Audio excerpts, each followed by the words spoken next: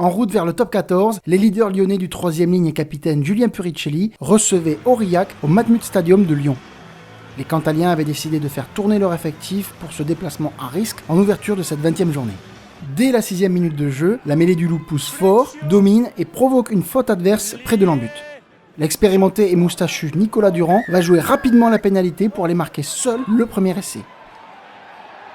Potreter va transformer pour un 7-0 à la marque dans un premier acte avec beaucoup de jeu à la main. Mais Aurillac va opposer beaucoup de générosité en défense et dans le combat au sol. Lyon est alors obligé de multiplier les séquences de conservation jusqu'à obtenir des pénalités. Ici, les 3e lignes Briat et Maninoa vont être pris en position de hors-jeu dans leurs 22 mètres par l'arbitre M. Jonathan Dufort suite à une charge de Ferns. L'avantage ne va pas profiter avec des 3/4 maladroits, mais en position très favorable, l'excellent numéro 10 et buteur sudaf Jacques-Louis Potreter va rajouter 3 nouveaux points pour un 10-0 au tableau d'affichage en faveur du Loup. Les Aurillacois vont enfin garder quelques munitions au chaud et mettre le danger dans le camp adverse à coups de charge des avants près de la ligne. Mais ils n'en profitent pas pour marquer un essai malgré cet avantage pour un plaquage sans ballon de Conny Basson.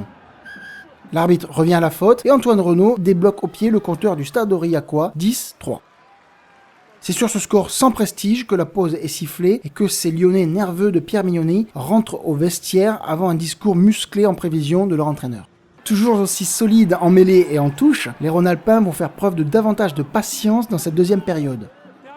Les avants martyrisent petit à petit la défense adverse avant que le puissant centre Emani Paea, bien encadré, ne soit sollicité par Durand pour aller scorer la deuxième réalisation du match pour des Gones réveillés.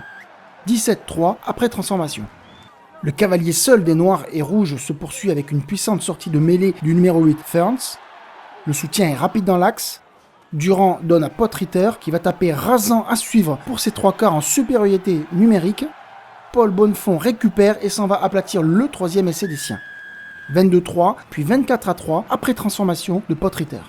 Nalaga et Arnold dynamisent avant un plaquage haut sur ce dernier, puis grand côté, Durand peut servir Paea qui va écœurer à lui tout seul la défense du Saka.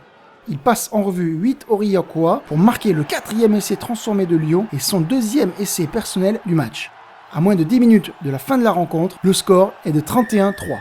L'appétit des joueurs de la capitale des Gaules n'est pas rassasié. Paea intervient à nouveau avec les avants, qui recentrent les débats et la défense. Arnold espère y aller aussi de son essai sous les poteaux. Puis c'est finalement Potreter qui va décider de sauter pour Nalaga, démarqué sur son aile gauche pour le 5e et dernier essai du match.